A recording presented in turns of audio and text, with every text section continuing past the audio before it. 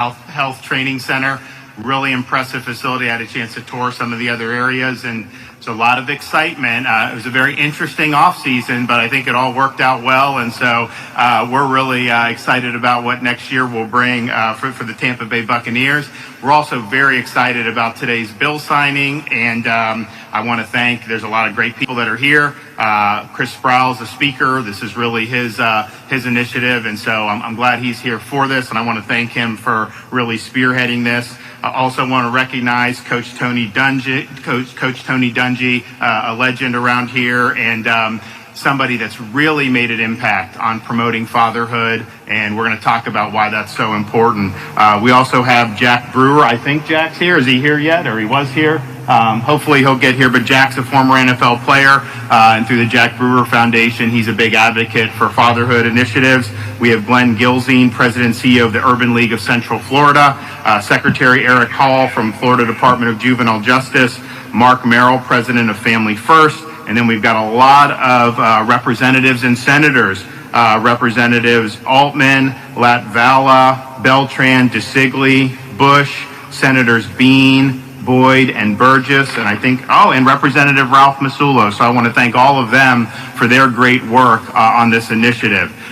If you look over the last many decades, one of the worst social trends has been the decline of fatherhood. And we do have, in many instances, a fatherhood crisis in this country. The fact of the matter is, when you take kids that do not have a father present during their upbringing, the chance of them dropping out of school, getting involved in trouble with the law, having other difficulties increases dramatically. And I think it's been very, very obvious that when fathers are present, when they're serving a productive, helping to keep their kids in line when they're not, it makes a real impact. And if you look at the statistics, 90% of homeless and runaway children did not have a father in their home.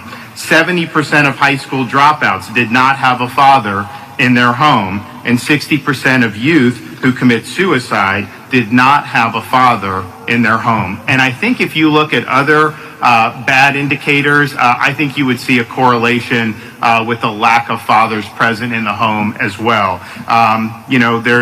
It should be obvious that this is something that's very important. I mean, I can just tell you, it's something that is incredibly important to me. I mean, I've got two of mine here. Madison's 5, Mamie's 2.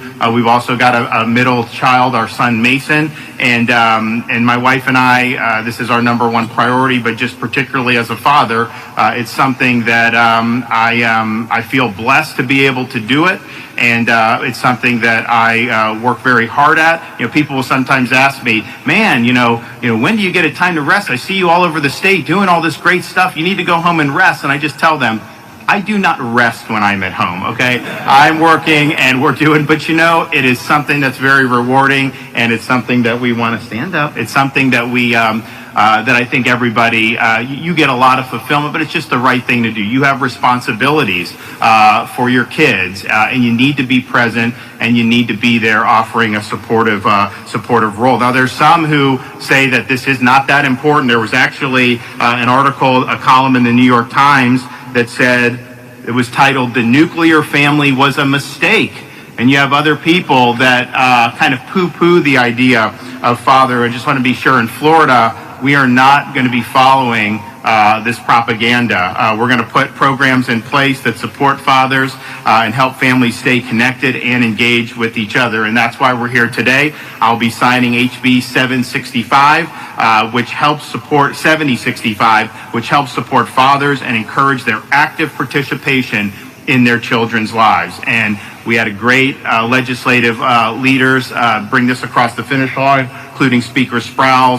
So we want to thank them. But they also, not only are there good initiatives, this comes with funding that will help make those initiatives effective. So this bill is tied to $70 million in funding to provide a wide array of family and youth support through our Department of Children and Families, as well as our Department of Juvenile Justice, and they will be working very closely to support fatherhood throughout our state. At Department of Children and Family, this bill is going to create a statewide awareness campaign to to call attention to the importance of responsible fatherhood and to equip fathers with resources to stay engaged in their children's lives. This will also provide funding, grant opportunities for nonprofit organizations such as Coach Dungy's All Pro Dads organization that use evidence-based parenting education to help fathers stay engaged and to connect with their children. The bill also will support case managers who will help fathers find employment, transition from incarceration, and to better manage their obligations. The bill also supports and creates mentorship programs at the Department of Juvenile Justice for at-risk youth. And through many of their existing programs, DJJ helps young men develop social, emotional life skills that will prepare them for future success. But this bill takes those programs to the next level by increasing mentorship opportunities for at-risk youth. For many of these youth, their mentor may be the only father figure that they have. So I look forward to seeing both Secretary Siobhan Harris as well as Secretary Hall make the most of these programs as they launch over the coming months. And so we're proud to do it. What we're going to do is, because I don't know how much longer I'm going to get the cooperation, so we're going to do the bill signing, and then we're going to hear from a number of our great guests today. So, Mamie, you want to help? Come on. You can hand me the pens? You guys crowd around. Mamie. Come on, baby. Come here. Come sit with Dad. Come sit with Dad. Help me out. All right. Don't get right. Come this way. Okay. On it down. And you can me each pen. Okay, when I'm ready for it. Will you do that?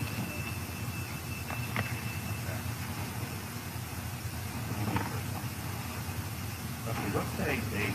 11. 11?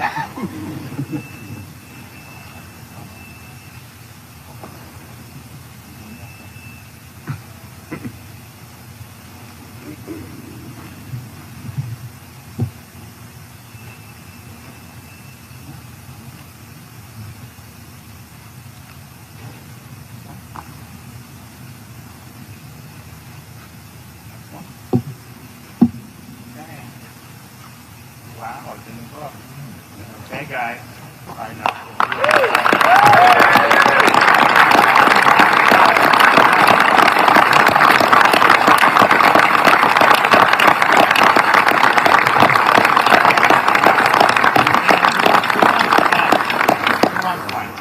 Hand who wants it? Senator Bean right there. Hand it to Senator Bean. Okay. And another one. Who else wants one? Back here. Okay. Anyone else? Speaker. Hand it to the speaker. Okay. Hand it to the speaker. Hand it to the speaker. Right there. Okay. One more. Coach Dungy. All right. Very good. Good job, guys.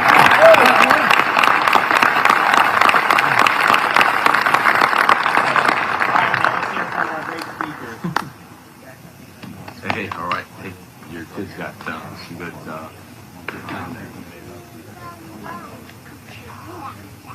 Okay. All right, so we're going to first hear from our Speaker of the House, who not only has worked hard in this realm, particularly working with nonprofit groups like Coach Dungy's, but also really putting his money where his mouth is, not only on this, but also promoting adoption and foster care throughout our child welfare system. Speaker of the House, Chris Sprouse. Thank you, Governor. Thank you, Governor. I thought about, it's so great to have your two beautiful little girls here. I thought about bringing my two boys. They're 5 and 6, but my wife said the chance of a headlock mid press conference was pretty high. So we didn't do that. But it's really great to be with you here today. What a special day. The governor's done so many bill signings. We've had the opportunity as legislators to do so much great work over the past 2 years. I can tell you, for me personally, none of them have been quite like this. Not that they haven't been big deals, not that they're not going to make Florida a different place 25 or 30 years from now, but there is nothing more important than the future of our children. And we can help them when they're adults get a job, and we can help them when they're in the university get the right kind of education, or when they're in K-12 to make sure the curriculum is the right one. But the reality is, if you started life behind, it's hard. It's hard. The governor and I and so many people here were so blessed to have, two parents who believed in us, who believed that we could accomplish anything. But there's so many children who go to bed tonight with an absent father. wondering where their father is, or why they weren't at their baseball game, or why they weren't engaged in their life. And as the governor said, if you look at every social study there is on this topic, whether it is suicide rates, or depression, or dropping out of school, everything that you can think of, mass incarceration, one of the greatest common factors that unites those people is an absent father in their life and an absent father in their home. In 2019, when I was designated as the next Speaker of the House, I talked about this issue in my designation speech and said that we were going to tackle it. At the time, I didn't know how that was going to happen. I didn't know how that was going to happen, but I knew that we had people, those standing behind us, Governor DeSantis, folks like Representative Thad Altman, Senator Bean, who put their minds to work to figure out what would be the best way and the greatest way for Florida to be the leader in the nation in tackling the fatherlessness crisis that plagues our communities, and they found a way. And the best way that we can do that is by lifting up organizations inside of our community who are doing this great work. You know, just a few of them that are here today, you know, All Pro Dad with Coach Dungy, Mark Merrill. They have community groups inside your K through 12 high schools. They host breakfasts and derby car races and anything that they can to engage fathers in the lives of their children. But the most important thing they do is they have this moment where they have the dad put their, or the male role model, put their, you know, arm on the shoulder of a child and say, I'm proud of you. I'm proud of you that you're working hard in math. I'm proud that you tried hard at baseball. There's something that you did this week that I think is meaningful, and I'm going to speak into you. There's organizations like Man Up and Go. Jason Clement, who's one of the founders, is here today, who are lifting up dads and male role models in communities. Not everybody's going to have the opportunity to have their dad engaged in their life, but they might have an opportunity to have a stepdad or foster parent or adopted father or a male role model in their community or a local business owner who can lift them up. And that's the work that folks like Man Up and Go are doing. Jack Brewer's here with his foundation, and Jack has been probably one of the leaders in the nation, along with Coach Dungy, of using their talent and their fame to lift up fathers and to lift up this crisis throughout the country. This bill will pour $75 million a year into organizations like the ones behind us who are doing the great work of connecting fathers, equipping them with the tools to help raise their children. Senator Bean, Representative Altman, and the members of the legislature who worked on this bill, this is the kind of thing that is going to change the lives of children throughout the state of Florida for generations to come. Governor, thank you for being a leader on this issue. Thank you for your passion for this issue. And thank you all for being here today.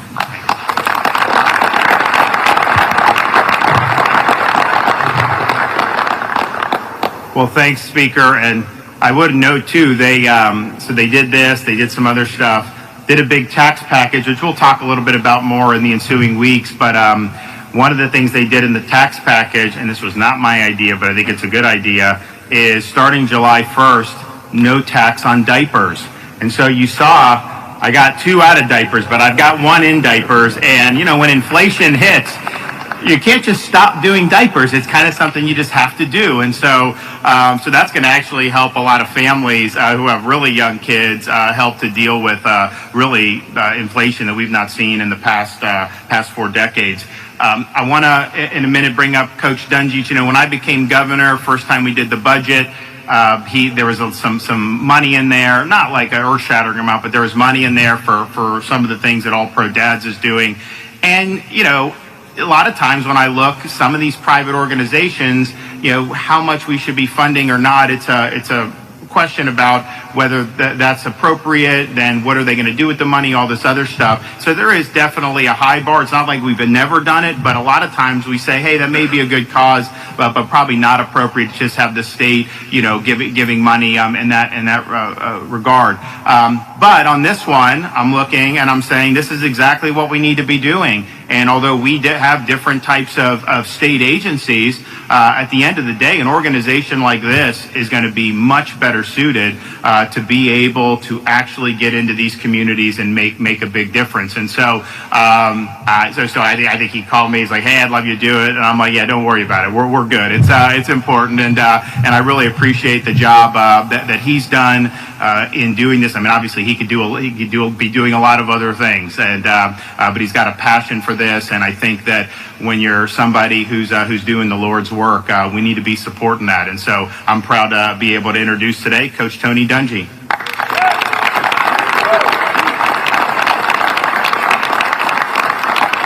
Thank you, Governor, and thank you, Speaker Sprowls. Thank you for this bill. First of all, this is going to be tremendous and be such a big help to fathers in Florida, agencies that support fathers in Florida. But I want to thank you for your example, bringing his girls out here today. It just reminds me, because this is kind of my field, and I used to bring my kids out here to work.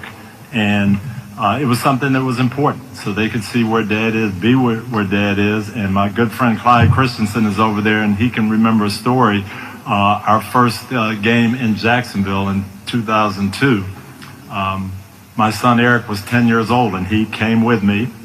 They had a rule that you had to be 18 to be on the field.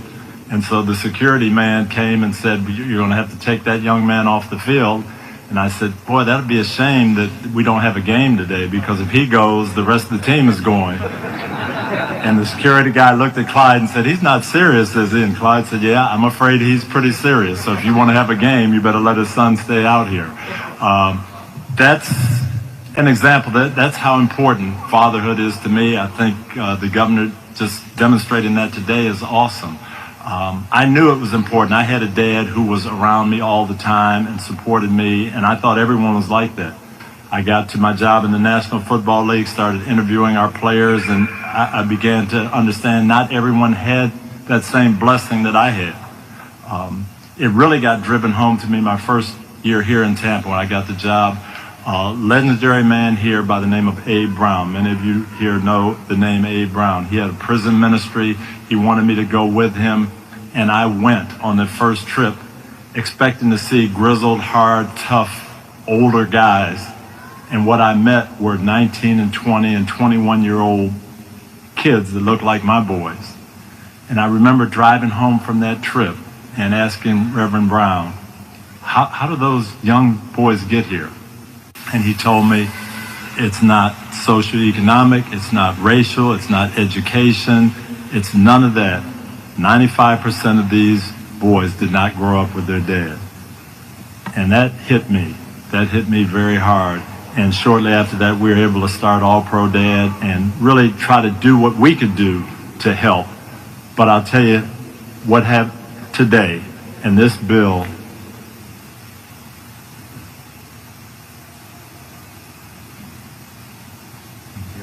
Yeah, got one young man there that.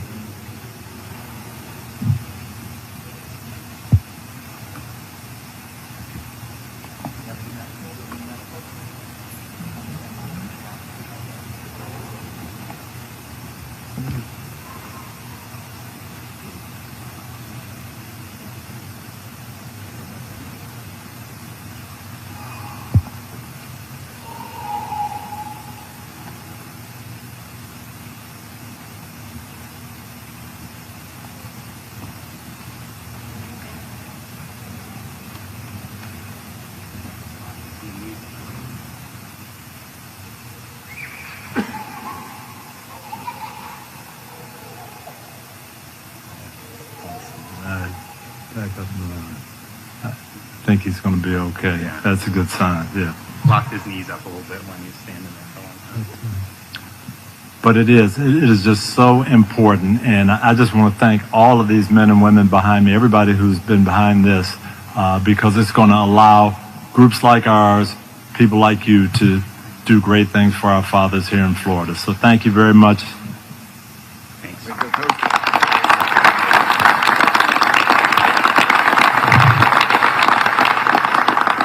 Okay, Jack Brewer, former NFL player, Jack Brewer Foundation.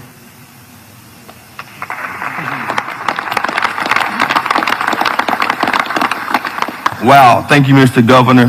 Speaker Sproles, my brother, Tony Dungy, the man who I think all of us who had the opportunity to play in the NFL, he's like a father to us, whether we get to see him or not.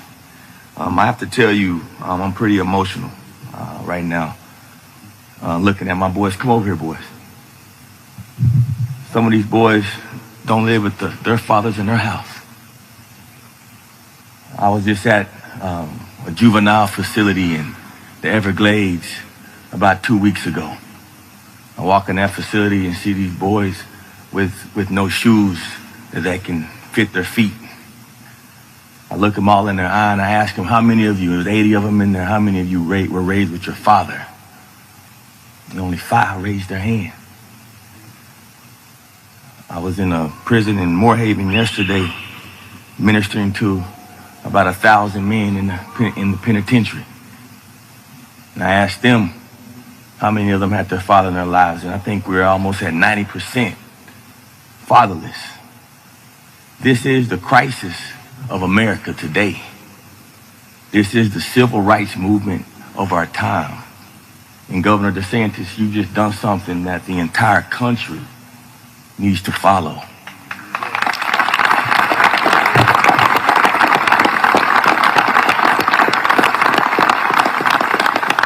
You know, I drove all the way here. We left at 5 in the morning. I was at a prison until 7:30 yesterday evening.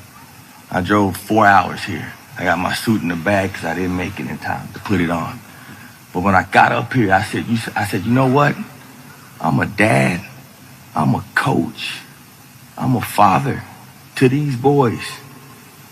I look like a father right now, right? I don't want no tie on right now. Do I have a tie when I'm coaching? All it takes is what? All you got. All it takes is what? All you got. All it takes is what? All you got. What's 1 Timothy 4:12? Don't let anyone look down on you because you are young, but set an example for the believers in speech, in conduct, love, faith, and in purity. We can do this. Give them a round of applause.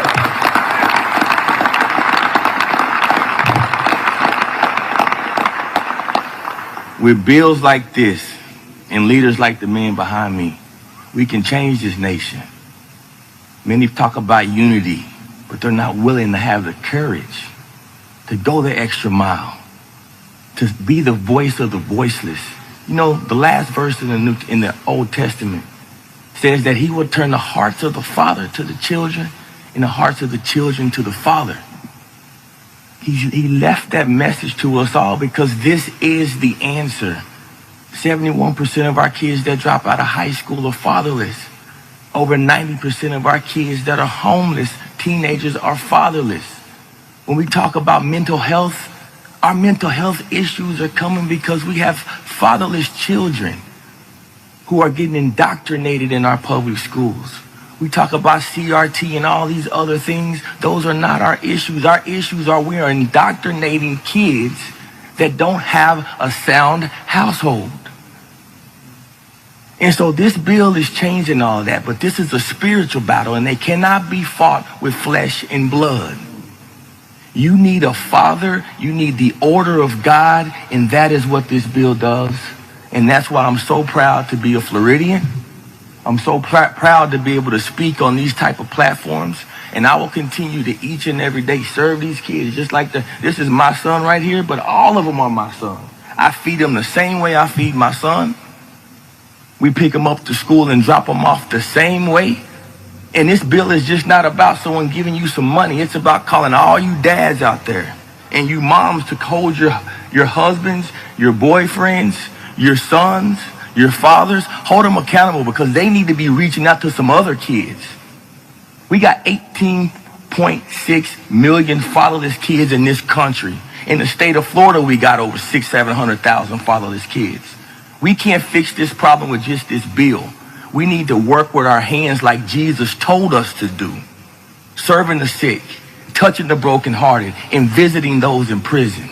We must all be held accountable, and it starts today behind the leadership of this governor that I love. In Jesus' name, thank you.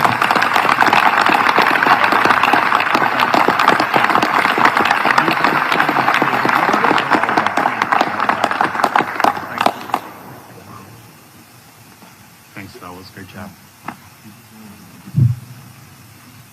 Well, thanks, Jack, for all you're doing. You can see it makes a difference. Okay, Glenn Gilzine from our Central Florida Urban League.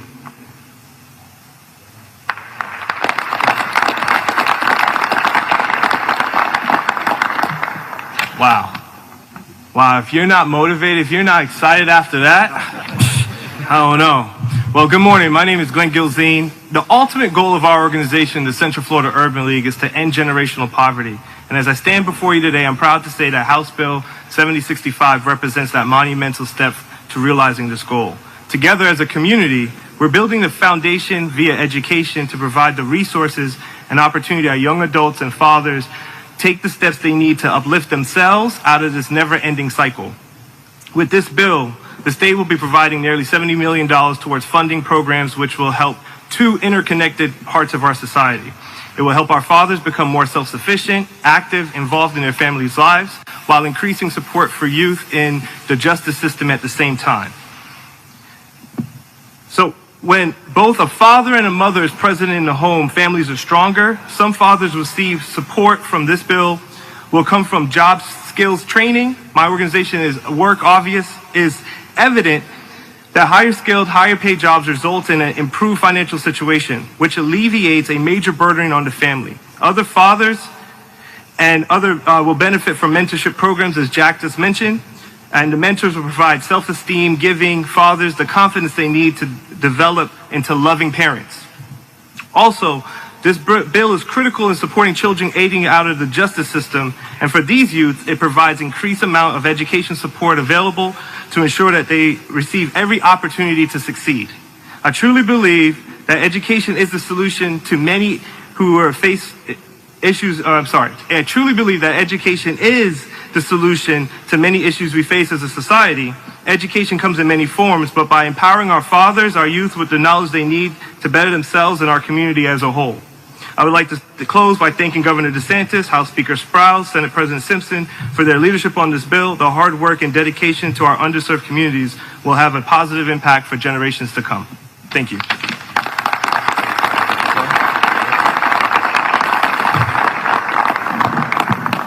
Okay, DJJ Secretary Eric Hall.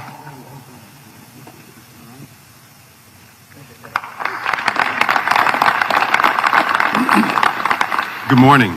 So let me start. I want to thank the governor and I want to thank the First Lady for your dedicated commitment to Florida's children and families. I think this legislation helps to reinforce that commitment and really the leadership that you've been showing to support, again, transforming opportunities. I want to thank the Speaker and the legislature for bringing forward this legislation so that it really challenges us to see how we double down on supporting our young people. You know, with this legislation where we can provide supports for fathers, building their capacity today to help transform opportunities for their families, while also building the influential opportunity to transform future fathers and families, this is going to go a long way. So I look forward to being a partner with our colleagues at the Department of Children and Families and serving with Secretary Harris and her team so that we can implement this not just well, but implement it with urgency to help transform those opportunities in ways that this state is just, again, ready for, and it's going to create unbelievable opportunities. You know, listening to the stories earlier, I'm fired up because it challenges us to go back and do this work well. I will say this, at the Florida Department of Juvenile Justice, we serve on any given day about 28,000 youth. The great majority of those youth are in our local communities and doing unbelievable things. At the same time, we have some youth that have had some missed opportunities, and they're in our residential programs. And what we know about some of those trends is that roughly 80% of the youth who are in our residential programs are coming from families who have household incomes less than $35,000. This legislation is going to help empower fathers and build supports around them to strengthen their work and their opportunities for a credential and a career that helps move them into middle to high wage career opportunities, transforming some of those cycles. The kids in our residential programs, we also know that over half are coming from single parent homes. And many of those same families have about 43% of those families, the kids are coming from homes where there has been family history of incarceration. We've heard that over and over this morning from our speakers and our colleagues and our supporters of this work. We can disrupt those cycles and change the trajectory of, again, of fathers today and families today, and preparing the families and fathers of tomorrow to do unbelievable things. And so, again, humbled and honored to be a part of this work. And I can tell you, as a father, and I have my kids here with me, it is the greatest gift in the world to see your children grow, excel, and achieve. And we want that for all fathers. We want that for all families because, again, it changes the trajectory of lives. It changes the trajectory to have upward mobility and self-sufficiency. And to me, I go back, and some of you heard me say this before, the best public safety strategy that we can have in our state is building the capacity of our young people with a high-quality education, opportunities into post-secondary education in our world-class, state colleges and university system. And we do that collectively by supporting our fathers. We're going to continue to lead the nation in so many ways because of work like this. So again, I'm humbled and proud to serve. Governor, thank you. Legislators, thank you for your leadership in this, and also our community partners that bleed this work day in and day out, supporting our young people. So thank you.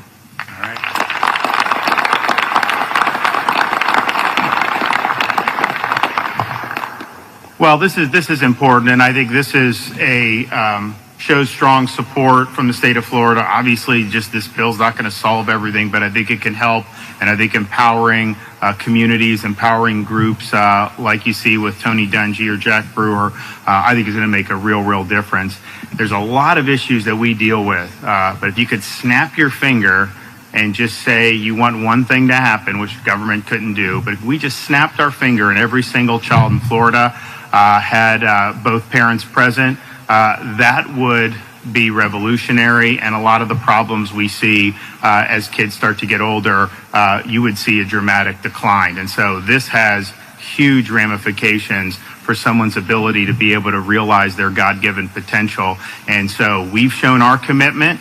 I think the state of Florida, to any dad out there who may not be engaged, we want to be able to support. We've got programs, we've got community groups and nonprofits that want to be there to help. And so we're putting our money where our mouth is. We're here showing the importance of this, but you've got to be willing to do the right thing and be present in your child's life. You're not a man by leaving your kids hung out to dry. You need to be there. It takes a lot of responsibility. It's not easy. It takes a lot of time and effort, but that is what we are called upon to do. And we want to make sure that every single kid in Florida has their father present. And if we can do that, I think it's going to be huge for the vitality of our communities now and into the future. So thanks everyone for being a part of this. Thanks to the legislature. Thanks to our nonprofit groups. It's an honor for me to be able to sign this. And this is the type of stuff that doesn't always get the headlines on a daily basis. But this is the type of stuff that is so meaningful in the lives of so many people that the ramifications are really significant. So God bless everybody. And I'd be happy to, yes ma'am. Off topic, I assume, right? Okay.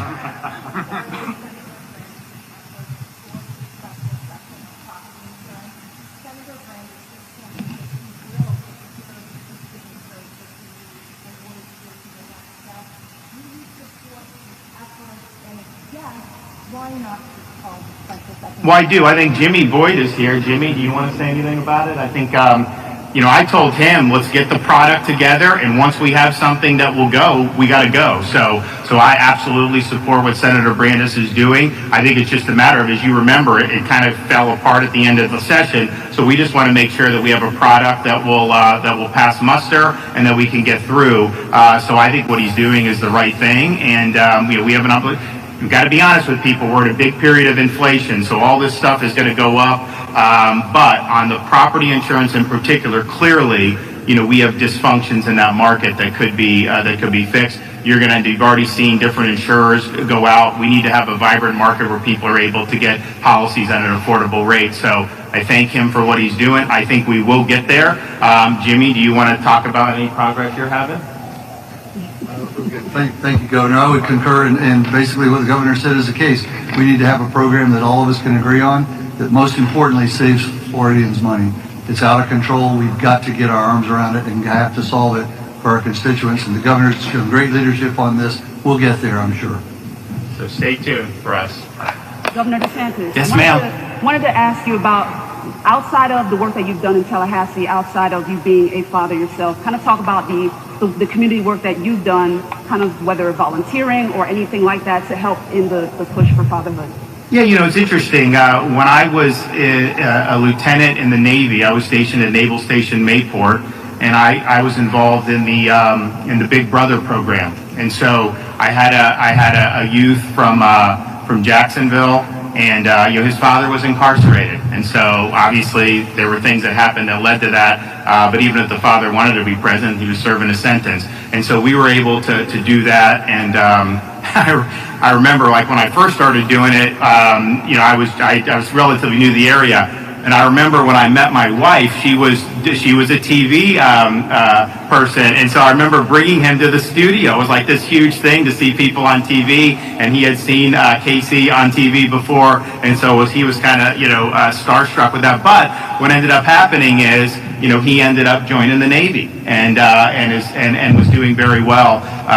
And so those are the types of things where you can make an impact if not every kid has the option. Obviously, terrible things happen. Some fathers make bad decisions and ending up having to serve time. There's things that just happen in life, as we see. Life can be very fragile. You never know what's going to happen. So there's other reasons why a father might not be present. So if that isn't possible, those types of programs, can make a real difference. And so it was something that I was able to do, as a younger guy, and it's meaningful, and it's something that I would just encourage people. If you can be somebody who can be a mentor, or somebody that can be of assistance to somebody that doesn't have that father in the home, doing that is going to have huge benefits down the line. And I think a lot of people always want to know, like, how can I help? What can I do to help my community? You have such a great spirit throughout Florida of people. Sometimes they just don't know what would be the most effective. And there's a lot of great things to do, don't get me wrong, but that, being a mentor, being there for kids who need it, it makes a big difference. Yes, sir. Just wondering if there's any, Governor, if there's any specific ways that we can support Coach Brewer's ministry and programming. Yeah, I mean, he's going to be eligible now to get grants from this program. And so, and that's the thing. I mean, I think it's a really smart thing what they did. On the one hand, there would be some times where the legislature will actually just want to earmark money directly to a private group. The problem is like, okay, you're going to pay salaries for some group. It's like, well, shouldn't you be doing that? So sometimes we have to veto those. And actually, probably most of the times we do that just because it's getting us a little bit off kilter about what's government and what's private. But in a situation like this, we have the program. They can apply for grants, and they are already in this game, and they're going to be able to, I think, administer those funds more efficiently than if we ran it all through DCF or DJJ. And so I think it was a smart thing what they did to harness the good work that's already been done. And I think this will be effectively a force multiplier for a lot of these groups. And so whatever they've been able to do, which has been great, they're now going to be able to do more going forward. Yes, sir. Governor, I'd like to just thank you Sure. for your support of the school choice program. Yeah. It's an amazing thing, the funding of these small private schools, our ability to take children who are Title I students, to bring them into our school. There's not a lot of red tape in order to become like a leader within that school. I'm able to model black leadership to young students. These students, again, they be in the free lunch program. They be in schools. Some of the public schools that are in the low-income areas are challenged. But them being under our auspices, we're able to have a direct impact. So as a father, I'm able to have a direct impact over a bunch of kids because of your policies. That family empowerment scholarship, unbelievable. Yeah. And I'm hoping that statewide leaders would take the initiative to go ahead and start some of these micro schools, these smaller private schools, and have an impact on these young lives, because it's happening at our school because of you, Governor. I appreciate you. Oh, we're happy to do it, I think. I think it's, we've really been committed to the idea that, we want to empower parents with the ability to direct the education of their kids to the fullest extent possible. And you look at people, you go down certain neighborhoods here, very, very nice, they're going to be able to do it. Obviously those parents have choice. But if you talk about some of our low-income parents, you talk about, quite frankly, the absence of fathers. A lot of times you'll have single moms who are having to work and then also have to raise kids, and it's a tough juggling act, and they may not have the financial wherewithal to go to the school of their choice. And so this scholarship basically lifts them up and gives them the same choice that people who are maybe higher income would have. And I think that's been a great thing. I think it's encouraged entrepreneurship within the educational realm. I mean, you're talking about not just private schools. We've seen a lot of charter schools and that movement about doing things that are unique that a big school district just may not have the flexibility to do. And so parents can choose that, or they cannot choose it. But I also think that the fact that Florida's a choice state has lifted up the school district's performance too. We were just ranked in the latest Education Week rankings #3 for K-12 achievement.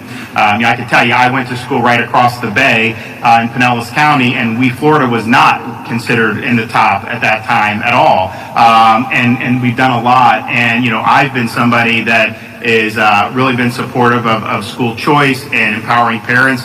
But I also understand, because I went through most people are going to go to their local school that's in the school district. So we've done things like have the largest teacher pay increases that we've seen in a generation in the state of Florida. We did $1,000 bonus for every principal and teacher in 2021. We had $800 million in teacher salary increases. And categorically in the budget this year, we've been able to expand apprenticeships, do things for workforce training. I mean, you look at some of these kids that get these skills.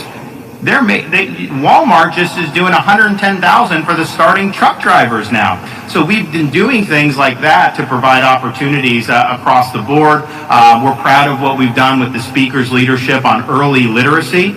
The fact of the matter is, if kids are reading at grade level by grade 3, the chance of them succeeding academically is very, very high. If they're deficient by grade 3, the chance of them dropping out, not performing up to standards, those chances increase dramatically. It's interesting. We have all these debates like you've seen recently about you got to be teaching kindergartners and first graders transgender, all this stuff. And I'm just like, you know what? We should be focusing on reading. We should be focusing on writing. We should be focusing on science and math and the key things that are going to be able to lift these kids up and let them realize their God-given potential. So we're proud of what we've done on early literacy. We want to make sure that the schools are equipped to be able to do. I know those books went out, right, with everything, so kids who can't afford are getting books sent to them. So we've done a lot on education, and a lot of it's on. And oh, by the way, our state university system's ranked #1 in the nation 5 years in a row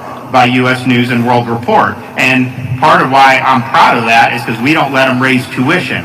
So you actually can afford to go to the University of South Florida or University of Florida or all these other schools without going $100,000 in debt. And I think that's very important because you have so many kids that were basically told just get a piece of paper, go as deep into debt as possible, and the seas are going to part for you. Well, that hasn't happened over the last generation, and that's been a millstone, I think, around the necks of a lot of our young people. So, yes, higher education in addition to the trades and all that, but it's got to be affordable. And it's got to be something that you don't have to, the family doesn't have to go into the poorhouse just to get somebody through 4 years of a university. And so we've been able to do that. We're doing more. There's a lot of good stuff in this year's budget that we'll be talking about. We also had some higher ed reforms, which I think will make the system even better. And I haven't gotten that bill yet, but there's a lot of positive things that I've seen in that. So we're doing really the whole 9 yards. But yes, if we can go in and help particularly low income, and it's not even, it's usually a single mother, usually has multiple kids. Let's let her make the best decision that she can, and not just say this is all you get. And I think when you empower people, you end up getting kids in the best school for them, and I think the results are better. And also, when you guys are able to be more innovative, some of the stuff is kind of the X's and O's of what academics is all about. For sure, it's important. But you have the ability to talk about God and character and things that really serve as the foundation of these young people. And there's parents that want that foundation for their kids. But if you don't make enough money, what? You just don't have options? No, in Florida, we're saying you have the options to do that. And so I think that overall mission is lifting people up. And I think we've really been the model across the country for what it means to meaningfully stand by parents, meaningfully empower parents, and then in the process, create an educational system that's performing, much better than it would have without those meaningful supports and choice. Okay, everybody, thank you. God bless.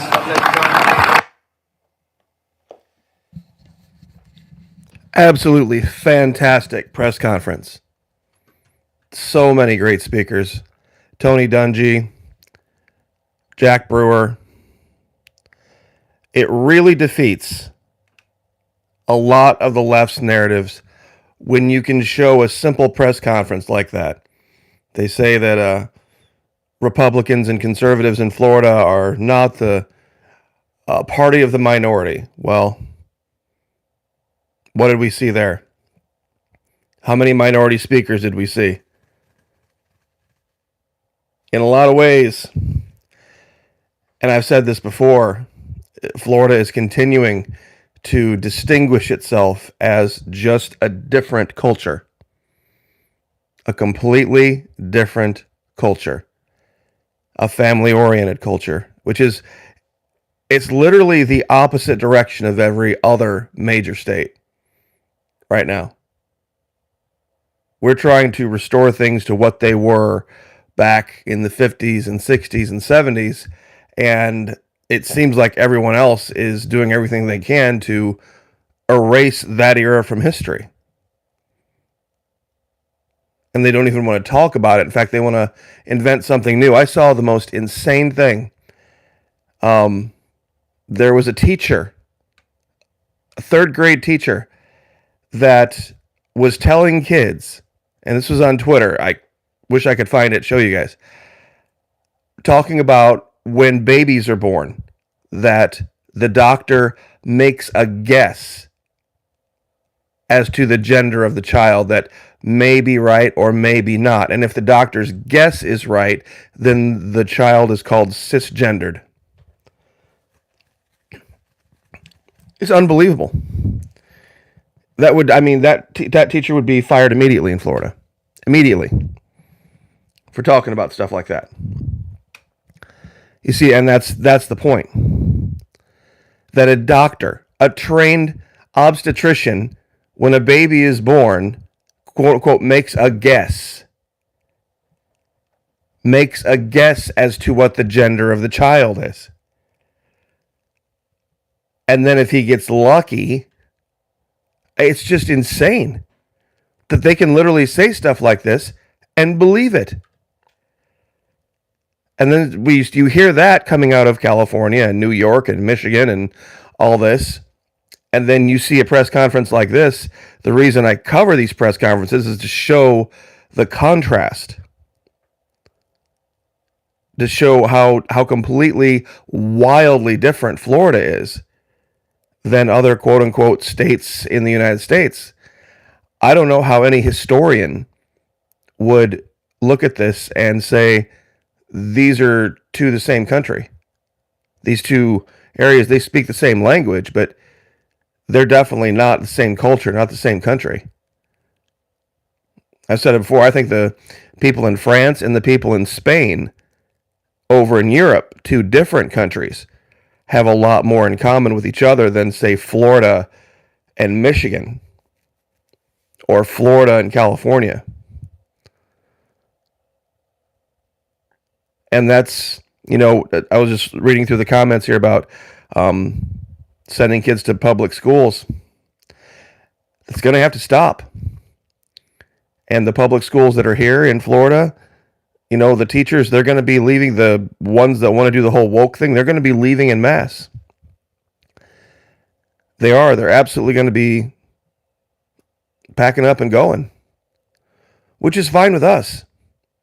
Once again, go where you're celebrated, not where you're tolerated. And I just think in a year, Florida is going to be at a point where we don't even tolerate any of it under any circumstance, with no fear of DC. Because after the midterms, guys, it's going to be, Florida's basically going to rule the country. As goes Florida, so goes the legislature. It won't be DC in charge anymore. Conservatives in DC are going to look to Florida. They're going to look to Governor DeSantis and see what direction Florida's going, and then they're going to follow after the midterms. You know, I don't know what will happen in 24, but based on what I'm observing right now, the Democrats are running. They're not even going to try. They're running for the hills. But there is another story that is starting to sound a lot like issue with the Fitzgerald. I referenced this in yesterday's video, or day before yesterday's video, sorry. And I've covered some details over at Patreon about this double helicopter crash at Fort Stewart. Now, the details of this are really, really weird. There was only one service member involved in a double helicopter crash at Fort Stewart.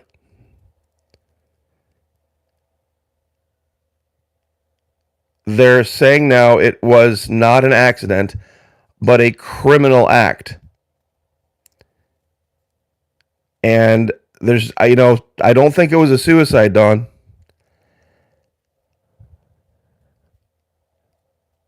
I don't think this was a suicide.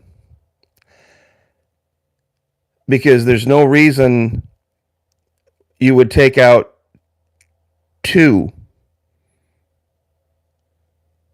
helicopters. There's no reason you would do that. There was only 1 service member involved. I don't care who Michael Yon is. I've gotten, believe me, all of the... If that's Michael Yon's opinion, that's Michael Yon's opinion.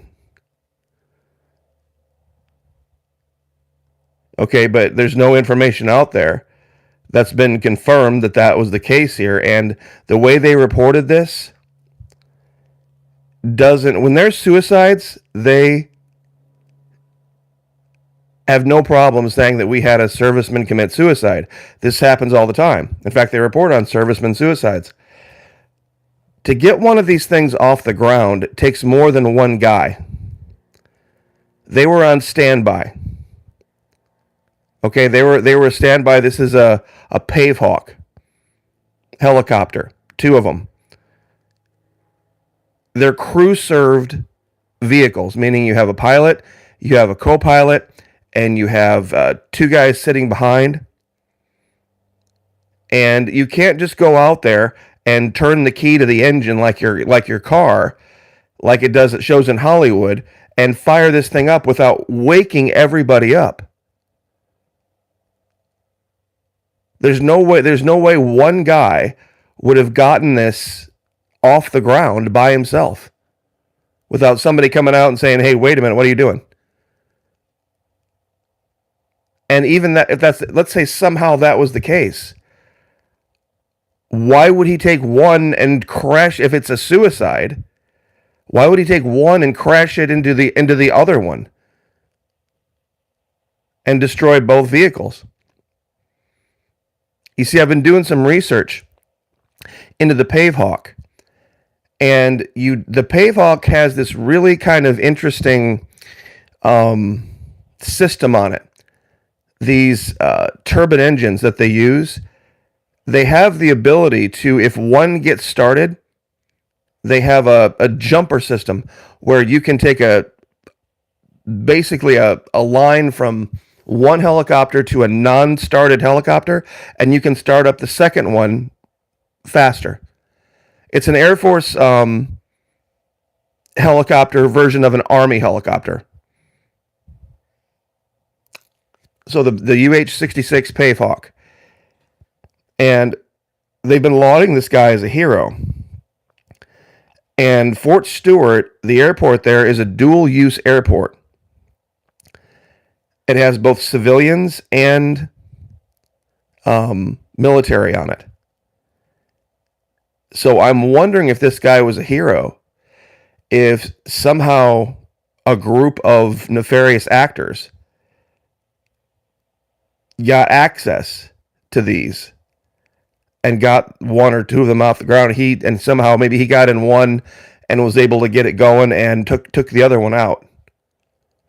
Because they have they're pretty mean. They're a mean helicopter. They've got miniguns on either side. The one that I was looking at had a 50 cal on one side and a 30 cal on the other. They also have a system called WSPS, WSPS. And let's see if I can bring this up here. It's a system on the helicopter that allows it to cut power lines. Meaning if it were to come up and approach into a power lines, there are these blades that are mounted all over the front. And if it were to fly into some type of a power line, these blades would catch the power line and cut the power line before it would allow it to take down the helicopter. So this is a video from YouTube, Eric Johnston. And this is another one from Jared Owen, and where they talk about basically the operation of the UH-66 and the different things that it can do. And they show the startup procedure for one of these things, and it's not something you can just, like I said, you can't just go out with the keys to the helicopter and just turn the key and start the engine and, whoa, whoa, whoa, whoa, whoa, and then off you go. It's not that simple with turbine engines. They take a long time to get heated up and get going, and then to get the blades turning and to get everything set. It's not something you can do easily by yourself. And like I said, there was a whole crew. There was 2 crews.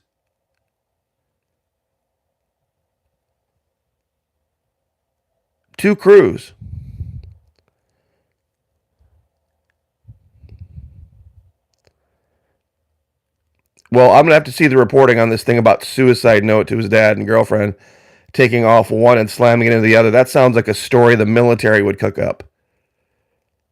That sounds like a story of the military. That doesn't make sense in any world. That doesn't make sense in any world. There's no way he could have gotten away with it. Because once again, it's not like the movies where you can just go out and flip a couple of switches and the blades start turning and off you go. It doesn't work that way. If the entire crews were asleep at the time and somebody goes out there and fires up those giant turbines, people are going to wake up and look at each other and go, wait a minute, what's going on? Are we on alert? What's going on? And before there would be a chance to get one of those off the ground, somebody would have gone out there. And this whole idea, this is no way. Michael Yon, America's most experienced living combat correspondent, analyst for us. Okay, so that's who you would use to put out a false story, Don. That's exactly who you would use to put out a false story. You can't just go. It's not the movies. It's not the movies. You can't. I love the movies. They go out and they're running. Oh, let's take the helicopter. Let's take the helicopter, and they're being chased. And there's people like 5 minutes behind them, and they go and they jump in the helicopter and they flip a couple of switches, and all of a sudden the blades are going super, super fast, and they take off just in time. That's not how a helicopter works. Not this particular not this one. Not this one. Not a Pave Hawk. Especially when you've got people sleeping literally feet away from where these things were. There's no way he would have done it by himself. So, thank you, Cobra. I appreciate it. And, it's especially the way they reported the story, that he would take off one if it was suicide. If it was a suicide, he'd take one off and he'd go, if he was able to somehow get the thing running all by himself and off the ground all by himself, which I don't think is possible based on everything that I've seen. It's a crew served platform. It's not some little spider helicopter like from Magnum PI. He would just go take it off and sail it off into a mountain somewhere, or go fly it off the coast and go dive it in the ocean. I mean, really weird way to commit suicide. There would be no guarantees there. There would be no guarantees, picking one up. These things. Oh, and that's the other thing too. These particular helicopters, their landing gear is designed to absorb crash level impact. Meaning that you couldn't just take one off and hover it up 50, 80, 100 feet and then come straight down on another one and be guaranteed that you would die in the impact. There's no cameras, no MPs. And the fact that they first reported it as an incident and a crash and an accident with only one person involved and then changed it to a criminal investigation, a week later, and that nobody is talking about this. Nobody is talking about this. This would be kind of a big deal if this were the case. Because let's play devil's advocate. Let's say it was a suicide. Let's say that's the case. Somebody would ask the question, wait a minute, is it that easy for someone to go grab a helicopter? What if it was a nefarious actor and they decided they wanted to go make some political statement and crash it into something? Is it really that easy to grab one of these $40 million helicopters and go at with twin guns mounted on them, 50 cal and a 30 cal?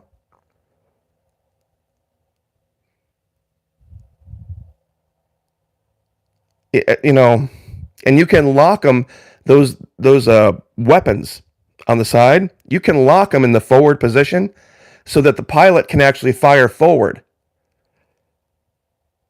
So yeah, this is, Chance just nailed it. This has clown and all over it. There'd be no way. There's no way one person isn't, if it was a group of people that had, nefarious intent, or if they were already in the air on a mission and one guy decided, you know what, screw it, I'm going to take out the other helicopter, that'd be one thing. But they weren't. Everybody else was asleep. The only person awake from the military that they are admitting was involved in this was this one guy. One guy. They have all sorts of manual. It can't. Two people have mentioned hacked. There are manual lockouts on the rotors on these.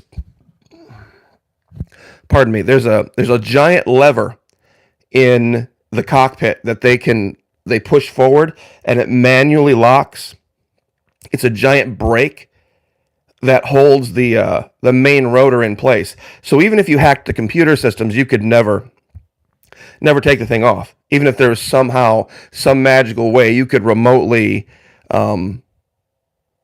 get access to any kind of flight electronics of these helicopters, you still have to manually take them off. You need to have access to the collective, access to the cyclic, access to the foot pedals for yaw, for the tail rotor. I mean, you can't remotely take one of these off.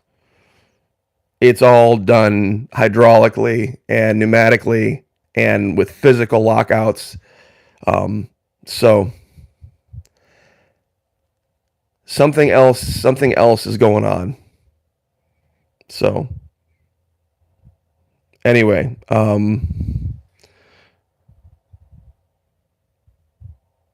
it is what it is. I'm going to keep looking at this, and I spent an hour last night watching a complete, full, detailed walk around of every major system on the Black Hawk, on the Pave Hawk.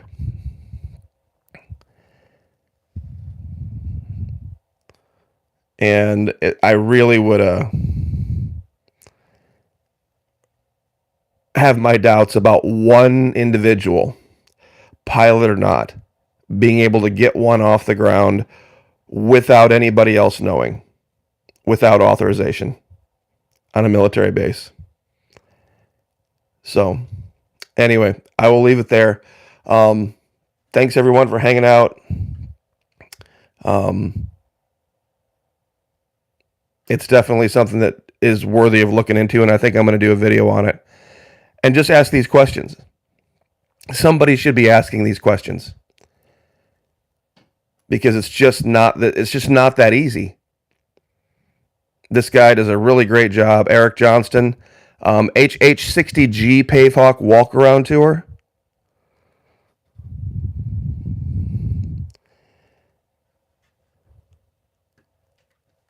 Is a great video. It's an hour and 24 minutes long, and he goes through every nut and bolt of this aircraft and shows you everything that you have to do to get this thing ready for flight. This is a quicker version. This is about an 18-minute version.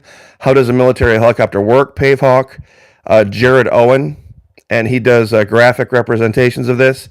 So check those out, and believe me, once you look at what's involved in getting one of these off the ground, no one person would have done it, not without other people knowing in time to stop it. So I'll leave it there. God bless. Have a great week. Like, share, subscribe, and we'll see you guys next time.